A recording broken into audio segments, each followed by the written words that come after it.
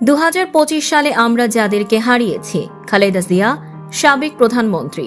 ওসমান হাদি, ইনকিলাব মঞ্চের মুখপাত্র; প্রবীর মিত্র, অভিনেতা; ফরিদা পারভিন, লোকসঙ্গীত শিল্পী; মেহরিন চৌধুরী, শিক্ষক; এ কে খন্দকার, রাজনীতিবিদ; অঞ্জনা রহমান, অভিনেত্রী; আসম আরিফিন সিদ্দিক, ঢাবি উপাচার্য; মাহবুব আলী জ্যাকি, কোচ; গুলশান আরা আহমেদ, অভিনেত্রী; মাহমুদুল হাসান, সাবেক স্বরাষ্ট্রমন্ত্রী; বদরুদ্দিন উমর, লেখক; এ কে রাতুল, গায়ক; মুস্তফা জামান আব্বাসী, সঙ্গীত শিল্পী;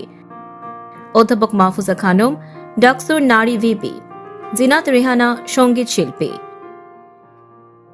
মোহাম্মদ জিয়াউদ্দিন, বীর উত্তম; জেমস সুমন, গায়ক;